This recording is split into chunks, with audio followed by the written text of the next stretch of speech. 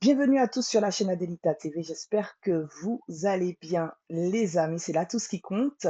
Et avant de commencer notre interview, n'oubliez pas de scanner le QR code ici, juste là, hop, là, hein, celui qui est à l'opposé. Et aujourd'hui, nous avons avec nous Laurent, consultant cybersécurité et architecte solution chevronné, avec plus de 10 années d'expérience dans le secteur tertiaire, donc finance et IT. Un vrai couteau suisse dans son domaine d'expertise. Laurent a un esprit aiguisé, ce qui l'a amené à gagner en expertise dans le domaine de l'IA, par exemple. Il a aussi contribué à la mise à jour des maps chez Google afin de permettre la géolocalisation de certains pays. Préparez-vous à découvrir avec moi son histoire incroyable et ses conseils pratiques. Laurent, comment vas-tu? Je vais très bien, merci beaucoup. Comment vas-tu, Clarisse? Je vais bien, je te remercie. Parle-nous un peu de toi. Qui es-tu et d'où viens-tu? Alors, je m'appelle Laurent Larochelle, je suis originaire de la Guadeloupe et je suis domicilié en Angleterre, à Manchester, et je suis consultant cybersécurité et architecte solution pour une compagnie américaine en Europe. Waouh, waouh.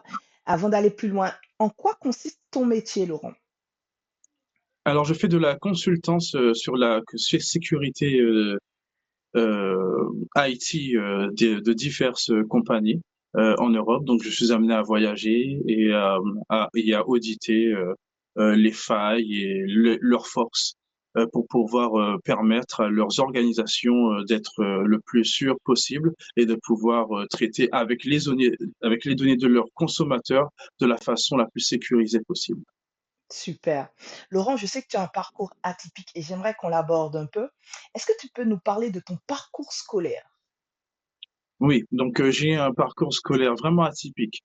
Alors avant d'arriver, là où j'en suis, dans le monde, de l'information technology, donc IT, j'ai fait, au préalable, j'ai eu un parcours un peu littéraire, donc je fais de la linguistique. Donc j'ai eu une licence, de linguistique à l'université de Nanterre, Mhm. qui m'a amené à faire des voyages, Erasmus, en Europe de l'Est, où j'ai été professeur et aussi, j'ai aussi travaillé aussi dans le musée ethnographique de Chisinau en Moldavie. Et c'est lors de ce voyage où j'ai rencontré des personnes qui m'ont beaucoup intéressé à la chose informatique, au coding et à tout ce et à tout ce qui satellite un peu aux alentours de ce secteur. En revenant en Europe, je me suis reformé totalement, c'est-à-dire que j'ai fait un changement à 360 degrés et j'ai commencé à réapprendre et à apprendre ce que je fais aujourd'hui. Donc, si je comprends bien, à quel moment tu as été inspiré? Parce que pour aller vers ce métier, alors que tu étais professeur, tu as un parcours, des diplômes linguistiques, tu parles plusieurs langues. À quel moment tu t'es tombé dans cette inspiration, tu es tombé en amour pour ce métier? C'est incroyable quand même. Oui, j'étais toujours un peu fasciné par l'ordinateur. Plus jeune, je jouais beaucoup à la console, mais j'étais toujours aussi un peu dans la création et dans tout ça. Et en allant en Europe de l'Est, j'ai rencontré des amis qui étaient très férus d'informatique. Et donc, je voyais toutes les capacités qu'ils avaient en connaissant des langages programmatiques, le networking, et je voyais leurs capacités créatives et tout Mmh. ce qui en découlait. Et en revenant, je me suis dit que oui, j'aimerais faire quelque chose vraiment qui me plaît.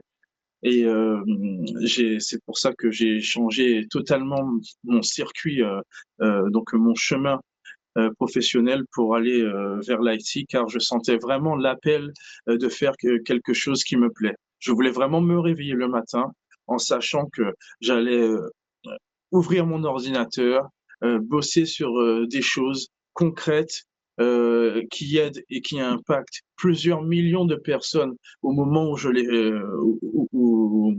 les crée. Et donc c'est vraiment ça le c'est vraiment ça le drive. C'est l'adrénaline, voilà.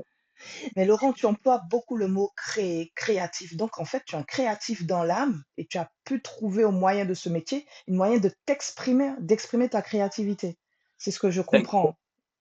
Exactement, j'ai toujours été très créatif. J'aime beaucoup inventer des choses, donc je touche un peu à tout. Donc je suis architecte solution, donc l'autre nom de ce métier, software engineer. Mais je me considère aussi ingénieur dans d'autres domaines qui n'ont peu ou pas à voir avec l'IT, et j'ai toujours été très créatif dans la robotique, dans Mhm. l'électronique, dans la chimie, les procédés chimiques et les charges électriques. Donc c'est un peu mon domaine, et l'IT en tant que métier, c'est vraiment le domaine pour les créatifs, les créateurs et ceux qui aiment s'exprimer et exprimer leurs idées. Je te rejoins, je te rejoins. Mais justement, en tant qu'Antillais, d'accord, tu as quitté ton île, en tant Oui. qu'Antillais, tu as dû rencontrer de grands défis. De grands défis, premièrement, ben, il faut de grands défis pour t'expatrier, de grands défis aussi pour aller vers ce métier. Comment tu les as surmontés? Oui, ce sont de très grands défis.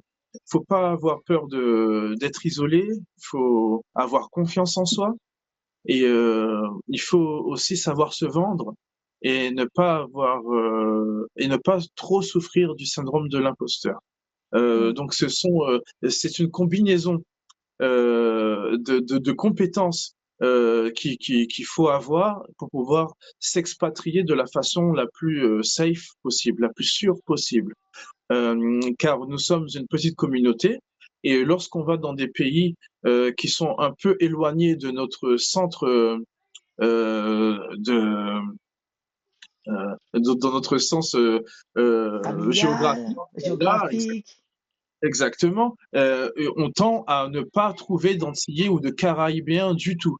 Donc une capacité d'adaptation est primordiale, et une ouverture d'esprit aussi.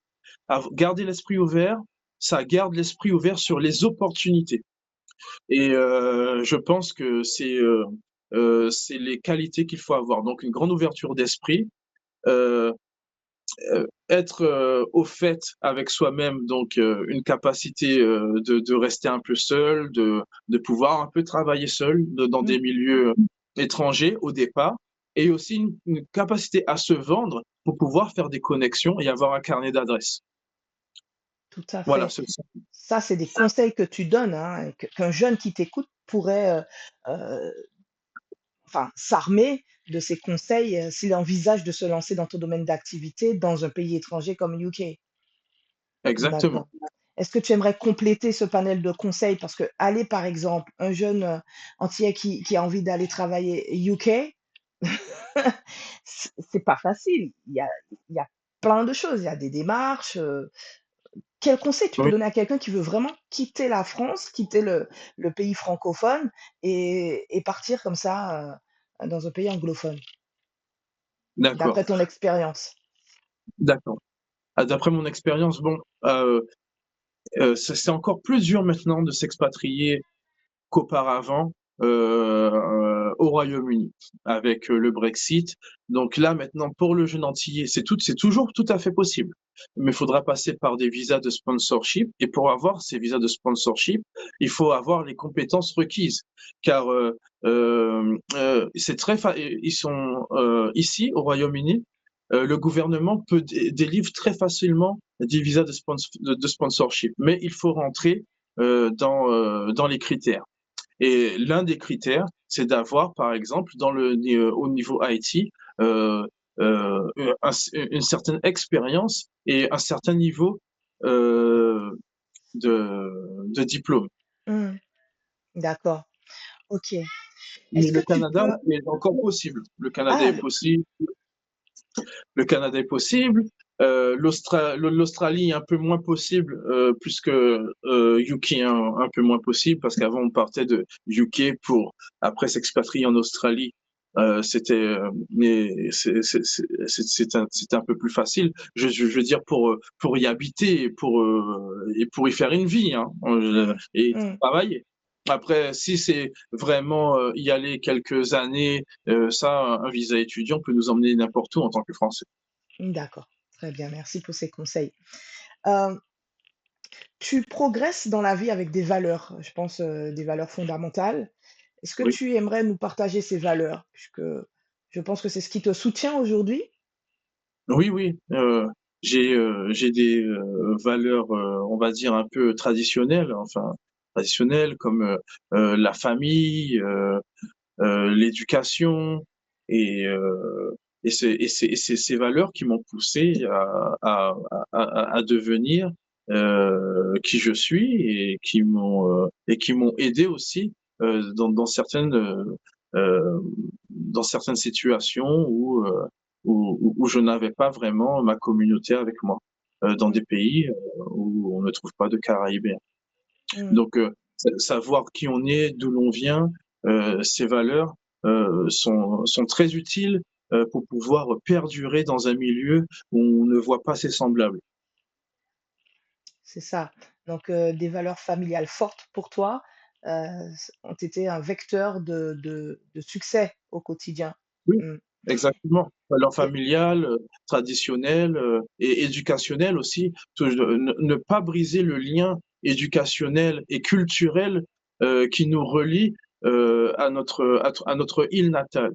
mmh, Ça fait de nous, premièrement, des personnes très fortes, avec une force en plus dans un milieu étranger, mmh, car on est une passerelle, entre ces personnes et un monde qu'ils ne connaissent pas. Donc, mmh. on peut très facilement devenir des ambassadeurs de quelque chose, d'un produit ou quoi. Donc ça, c'est vraiment, des petits plus que je peux donner à des Antillais. Par exemple, un Antillais qui va au Kazakhstan, en sachant qu'il n'y a pas beaucoup d'Antillais au Kazakhstan, peut très facilement devenir l'ambassadeur d'un produit antillais entre, le consommateur kazakh et le producteur antillais.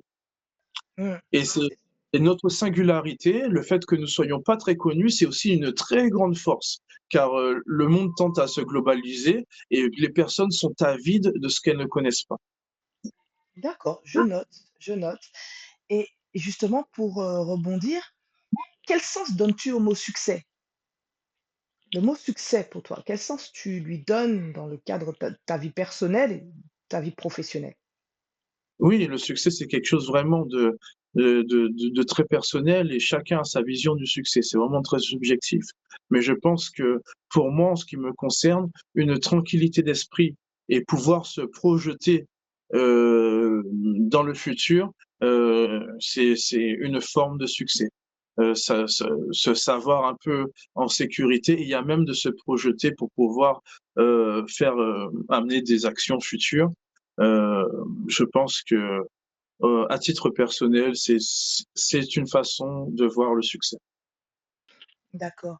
Merci beaucoup Laurent pour cet échange enrichissant et pour avoir partagé ton parcours avec nous. Nous te souhaitons beaucoup de succès pour l'avenir. Pour Merci terminer, beaucoup. quel mot résume ta façon d'avancer selon toi? Alors, la ténacité. Il faut beaucoup de ténacité pour pouvoir, perdurer et la discipline. Alors voilà, c'est et je pense que ce sont les 2 qualités fondamentales, ténacité et discipline et c'est ce qui permettent, c'est ce qui permet de pouvoir, tenir le coup. Voilà, c'est, l'adage, Tiens béret de pas molli. Voilà. Merci.